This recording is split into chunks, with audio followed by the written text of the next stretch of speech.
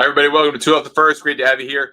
It is January the 13th, 2025. I'm Ryan Balgi. Thanks for being here. We've got plenty to talk about today. I was in the Bahamas for the last several days talking about the Corn Ferry Tour event down there. It's still ongoing right now, Sunday through Wednesday. We'll touch on that just for a little bit. Then we're going to talk about Sergio Garcia being banned, at least currently, from being a Ryder Cup captain thanks to a 2018 rule that was never meant to think about live golf. And we're going to talk about Nick Taylor being perhaps the greatest playoff golfer on the PGA Tour, winning at the Sony Open in Hawaii. And then we're going to wrap up everything looking at potential TGL expansion talk that's already being done. Kind of crazy. I just came back from the Bahamas yesterday.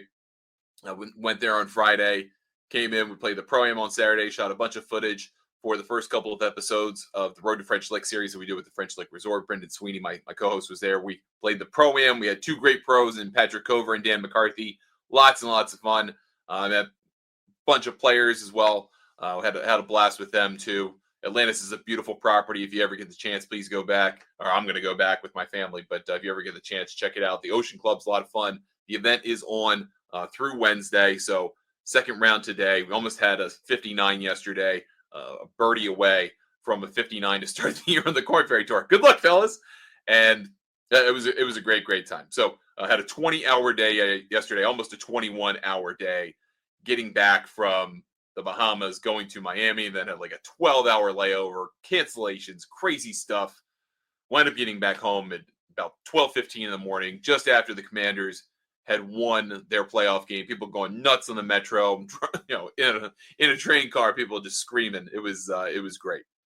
So plenty to talk about today, as mentioned. Let's start with Sergio Garcia.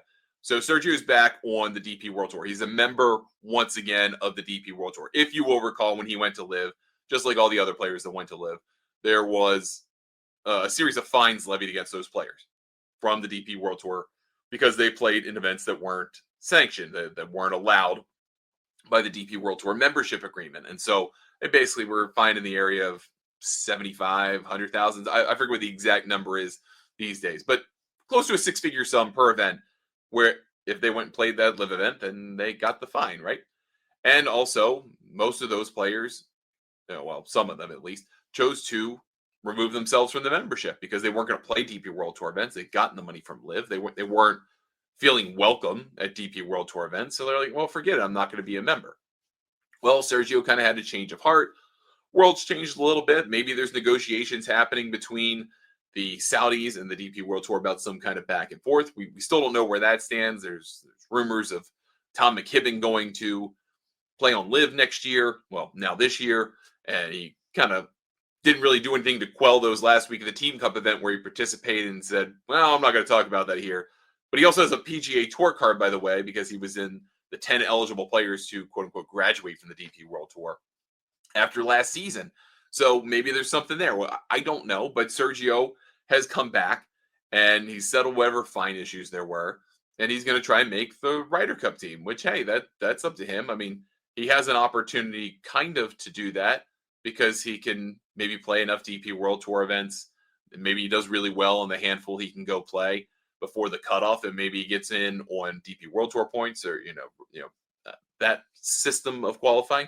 Or maybe it all kind of works out and he has a great year and, plays the Masters really well and then somehow handles the business in the, getting into the majors, and that works out. I mean, it's a gambit, right? Or he could just be a captain's pick, right? I mean, we've got them now, and Luke Donald has plenty at his disposal to round out his team. So they're good buddies over the years. You just pick them, right? You just got to be a DP World Tour member. However, thanks to a rule that came in for the 2018 season, Sergio can never be the Ryder Cup captain, at least with the rules that are currently constructed. So back in the day, before the thought of live ever being a thing, or the Super Golf League or the Saudi Golf League or the Premier Golf League or any of those concepts that were the names of what turned out to be live golf, the DP World Tour, which was then the European Tour, said, well, we don't want our best players to not play our tour in off years for the Ryder Cup. We want our best players to be patronizing our tour and playing in events each and every year. And so we don't want to give the players an opportunity to go play a full PGA Tour season with no consequence in an off year, and then come back and be a member in Ryder Cup years, and then play our tour because you have to satisfy membership requirements. And so they created a couple of different things. They changed the rules of membership. So they said, now you have to play 4 European Tour only events in a given year to maintain membership. And that meant the majors didn't count.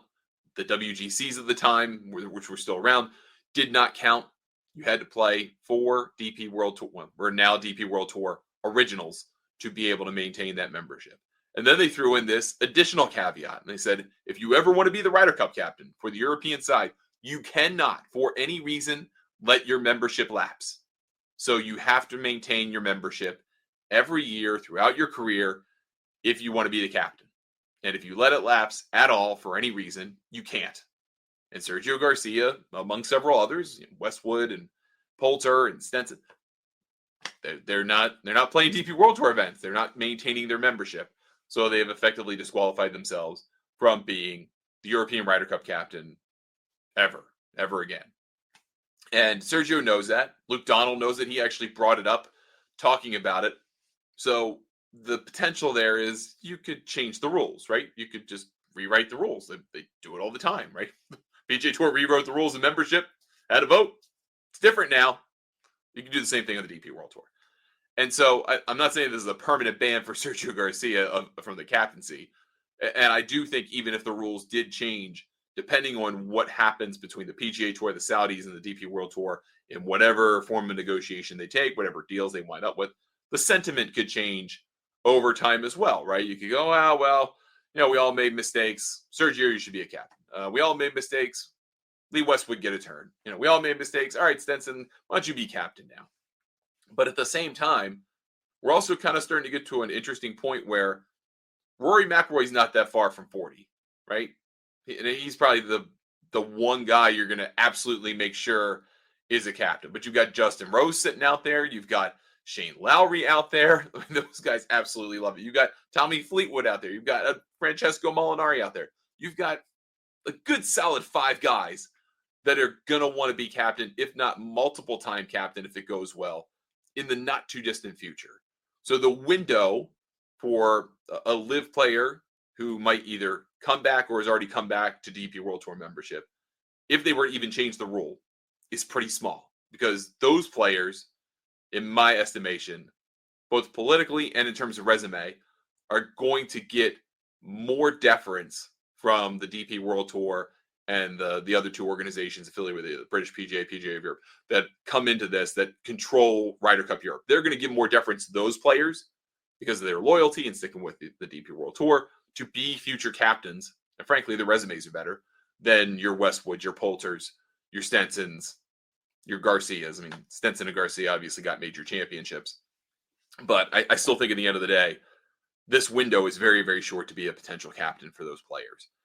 So that's kind of an interesting wrinkle in all of this, even if you wind up changing the rules. There really isn't that rule, at least as best I can tell, that doesn't exist on the PGA of America side. They really tend to prefer their champions, right, or the best ever. So hypothetically, I guess Phil could be a Ryder Cup captain someday, right? Brooks Koepka, Bryson DeChambeau, those guys could be Ryder Cup captains someday.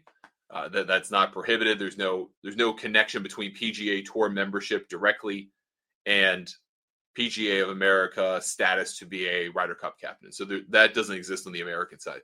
But the reason this all came along was to make sure that their best players didn't just kind of take up 1 year of membership at a time and then throw the then European Tour into this position where every other year they had a lackluster schedule, that all the best players would just go to the PGA Tour, play the full season, they come back and take up the membership, and then in the intervening year, the depth of the tour was not good at all. And that was a very smart move on their part, because even though Rory McIlroy threatened to not take up DP World Tour membership for 2019, Keith Pelley was then the chief executive. Now it's Guy Kinnings. He made sure that McIlroy remained a member. Like, he made a personal appeal to him. He went and visited him, talked to him. Apparently was convincing enough. And Rory McIlroy never let his membership lapse. And the interesting thing is, looking back on it, because I was rereading the stories the last couple of days that we wrote at the time, McIlroy was saying, I'm just going to skip membership for 2019 and I'll come back for 2020. And man, that would have been pretty messed up because then he wouldn't have been a member in 19. And with the world kind of falling apart in 2020, he wouldn't have satisfied the requirements. There's no way he would have done that. So he wouldn't have been a member in 19, 20, maybe even 21, or depending on how that went. He might not have been able to play in that Ryder Cup in 21, the one where, kind of sobbed at Whistling Straits and got all emotional about it. And the Americans thrashed him. And that kind of led to some soul searching on their side, which then led to 23, which was a total butt whipping on the American side. So that timeline is super interesting. But anyhow, so Garcia is back. We'll see what happens. I think the best outcome for him is a captain's pick, really. But you've got Rahm in the field, you've got Hatton in the field. On the American side, you've got Patrick Reed, you've got Adrian Meronk. You got a bunch of LIV players competing this week. And if McKibben winds up with the rumors being true, him being part of LIV Golf, then he's another LIV Golf player that'll be starting on their tour in 3 weeks when they started the season in Riyadh, Saudi Arabia. All right, let's get into the Sony Open in Hawaii, which I watched a bunch of the finish on the airplane. Well, the playoff finish on the airplane, not the total finish. I was in TGI Fridays in the Miami airport for that back half of the round. But YLA delivers once again. The Sony Open in Hawaii went to a playoff for the 6th year in the last 10 played. There's no other tournament on the PGA Tour that gets anywhere near that. Every single year, there's a threatening of a playoff. Most of the time, apparently, it does go to a playoff. And that makes for a compelling finish, even though you might not have great names every year. Some years you have great names. Some years you don't. Some years you have superstars. Some years you have guys that people like us who watch a lot of golf love. And we get Nick Taylor. We get Nico Echeverria. We have JJ Spawn. We have Steven Jaeger, right? So guys, 3 of them in their 30s, mid-30s, late 30s in some respect, I guess, for Taylor. But then you got Echeverria, who's just kind of starting to come into his own. I think somehow convinced himself of whatever he found in the fall that he can be an elite golfer on this tour. And I think he's demonstrated he's got that capacity. But those guys were playing ahead. It didn't look like either Taylor or Echeverria were going to be anywhere near the playoff in the end. It seemed destined, if anything, it would be Spawn and Jaeger.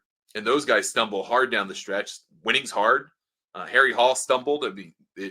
It gets nervy out there when it's time to win. And you're also playing a Seth Rayner course, which plays as a par 70, is one of the shortest courses on tour, and yet still delivers these close results every year. You get to 18, which should be, in the player's mind, an absolute gimme of a birdie, if not an eagle opportunity. And you get Jaeger, who takes less than driver, still tries to kind of cut off the dog leg for some reason, winds up in the bunker, doesn't get into the playoff. Neither him nor Spawn get into the playoff. And then you wind up with Nico and Nick playing 18 twice to determine the champion. They birdie both the first time around, and then Taylor's the guy who does the job right with a birdie again on the second hole. Now he is a 5-time PGA Tour winner.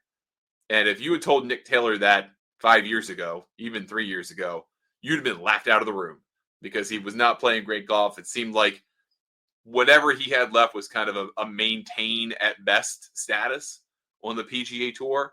A bunch of seasons just kind of hanging around 120, 110, 105, that type of number on the points list. And he was just kind of hanging in there. And then he wins the Canadian Open kind of out of nowhere. Then he goes and wins the Phoenix Open in a playoff. After the Phoenix Open, he did not have another top 10 finish for the remainder of last season. So 6 or 7 months of just bad golf, really bad golf. And then he comes here and he wins again. And in totality, that's 3 wins in 39 starts. And there are not many players on the PGA Tour currently who can make that kind of claim. Handful, maybe? So in terms of getting it done when you have the opportunity, Nick Taylor's an all-timer, man. He's 3-0 in playoffs. He is the first player since Bubba Watson to win in a PGA Tour playoff in 3 consecutive seasons. Bubba did it in 2010, 2011, and 2012. And he's Taylor, the first guy to do it since then. So that's a rare company of club. Not necessarily one you want to be in. I mean, there are half dozen guys in that group that, since the kind of modern record keeping of the tour, that have won in a playoff, sudden death playoff in 3 consecutive seasons on the PGA Tour. That's cool for Taylor. I mean, if you get to extra holes with him, it's apparently over. And very, very cool for him to get the win. Stinks for Echeverria. I mean, he's been playing great golf. And I think he took a lot of confidence from it, just hearing his comments after the fact. He knows he can put himself there. He knows he can be an elite golfer on this tour. He has demonstrated that with what he did at the Zozo Championship, which is now the Bay Current Classic, the Japan event. And notching that win there, I think, helped him out a lot. He has played well to start the year. He is an interesting player to look at for the Amex this week. Now we move off of the Hawaiian Islands and we get into the mainland United States, the California desert, and Palm Springs. You've got the American Express this week, 156-player field, 3-course rotation, 2 of PGA West, the host stadium course, the Pete Dye, the Nicholas Tournament course, and then you've got La Quinta Country Club rounding out that rotation. Par 72 for all 3 of them. The last several years, when we've seen a 59 at La Quinta, you can threaten 59 on this golf course at La Quinta. Not so much the PGA West courses, but you can go low on them. It's stadium golf, as I believe I would give the credit to Todd Lewis for that term, where it's just kind of perfect, right? The conditions are incredible. Every surface is running pure. There's hardly any wind. It's beautiful. It's temperate. It's not particularly difficult to play, which means you got to go play about as close to bogey-free golf as you can. Looking at like 25 under to win. You're going to get 1 round on each of the first 3 courses, or the 3 host courses. Then they're going to make a cut for the final round of the top 65 in ties. That comes back to the PGA West Stadium course, and then that's where everything gets wrapped up. Nick Dunlap is the defending champion. He earned exactly $0 by winning this event last year as an amateur, becoming the first player since Phil Mickelson in 1991 to win on the PGA Tour. Then he wound up winning as a professional later on in the year out at Tahoe, so a couple wins in California for him. He became the first player in PGA Tour history to win as an amateur and a professional in the same season. Had a nice week last week at Sony, so this should be interesting for him to come back to his first title defense and all the emotions that probably came about after that 3rd round last year, potentially winning and then going, wait, I don't need to be a college student anymore. I can go play professional golf. And the kind of cavalcade that happened afterward for him of just monumentally bad golf, trying to get used to being a touring professional, being thrust into it kind of out of nowhere, well, really out of nowhere, then starting to figure it out, then getting a win, then starting to be a world-class golfer that still has a lot of variance in him, but seems to be on the right track. Good week at Sony. So that'll be a good week for him, I think, to kind of reminisce on how quickly his life changed in the last 12 months. While Scotty Scheffler is not here, he had a WD with a continuing recovery from that hand surgery. You still got a good field. You got Xander Schauffele, who was close here last year, along with Justin Thomas. Those were the 2 guys that really threatened. Christian Bezuidenhout actually wound up getting the winner's share of this event last year by finishing in solo 2nd. Good history here. Sungjae Im, a good history here. Got Patrick Cantlay in the field, Wyndham Clark in the field. Basically 20 of the world top 50 competing this week. Should be a solid field. I know over the years, a lot of people complained about the Pro-Am event, the Pro-Am portion of this event, kind of taking away from the tournament. And since Amex has gotten involved, and I think they've kind of changed the access to the Pro-Am portion of that, the networking has maybe become different, better. I don't know what the right term is, but the quality of amateur partners is a little bit different. And that's gotten more of those top 25, top 50 players to come in and play. I mean, you had Ron patronizing this tournament, won this tournament when he was still on the PGA Tour. You got Scheffler part of it. You've got Schauffele part of it. You got Cantlay part of it. Tony Finau's part of it. You've kind of found some names who like coming to this tournament, and that has helped it out quite a bit. Be very curious to see what's the more compelling tournament of the week, because this is really the first comparison opportunity of the year between the PGA Tour and the DP World Tour. And back before LIV was ever a thing, weeks like this were kind of interesting because you might get a slightly worse field a few years ago for this event where maybe you had about the same number of top 50 players. You got about 10 of them in Dubai this week. So you've got a better field at the Amex, but Dubai's got a better purse by $200,000. Smaller field over there.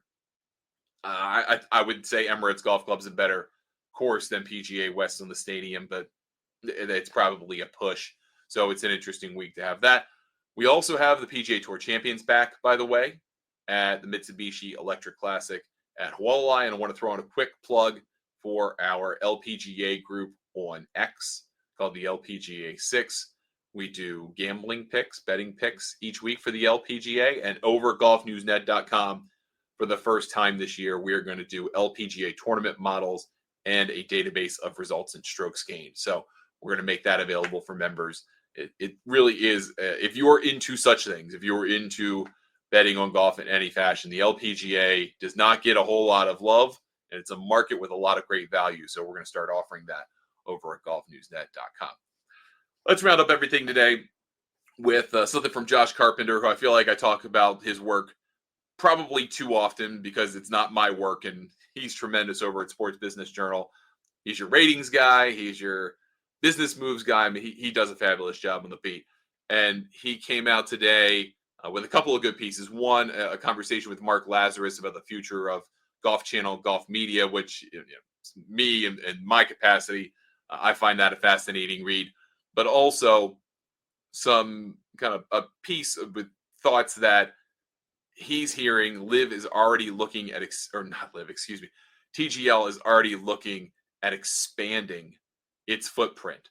They're looking at potentially building more arenas, more venues. So SoFi Center in different cities, apparently looking at Vegas or maybe Phoenix, kind of some warm weather cities to potentially have these venues built, maybe some expansion teams, and maybe expanding the players who are eligible to play, potentially bringing in live golf players or players outside of professional golf. So celebrities, influencer types, maybe having them participate. I think that is an interesting idea. Let's take the player part first. There was feedback, especially from the premier, that, hey, I'd love to see kind of normal people, so to speak, participate in this in some fashion, if not to kick out the pros entirely, which that's not going to happen. But it might be kind of interesting to have a mixed team lineup where you had one pro from the PGA Tour, one LPGA Tour pro, and one normie, a influencer, a celebrity that's a low handicap, whatever, and they play as the team. And then you can have that as a lineup one week. You can require players to have, or require teams to have that lineup. Or then one week, maybe you have all PGA Tour pros. One week you have all LPGA Tour pros. There's different ways that you can do this. Could be really fascinating. And there is already kind of a clamoring for expansion franchises in TGL, which I heard from a couple of different folks about the process to bid for these teams. And this is guys in the 9-figure club, multiple comma club in their net worth, if not the 3 comma club, battling it out for the rights to these franchises, getting well into the 8 figures. And that's a pretty incredible sum of money for something that didn't exist, got postponed a year, and no one has any idea of how well it's going to work 6 weeks from now. But that's where this is. And sports as an investment has grown obviously so much with the growth of the value of NFL teams, Major League Baseball franchises, NHL teams, NBA teams, you name it. I mean, all of those, NWSL has grown a ton. WNBA has grown a ton. I mean, the valuations associated with these teams are just skyrocketing over from 5 years ago. So those opportunities aren't as much of a value and aren't as available as they once were.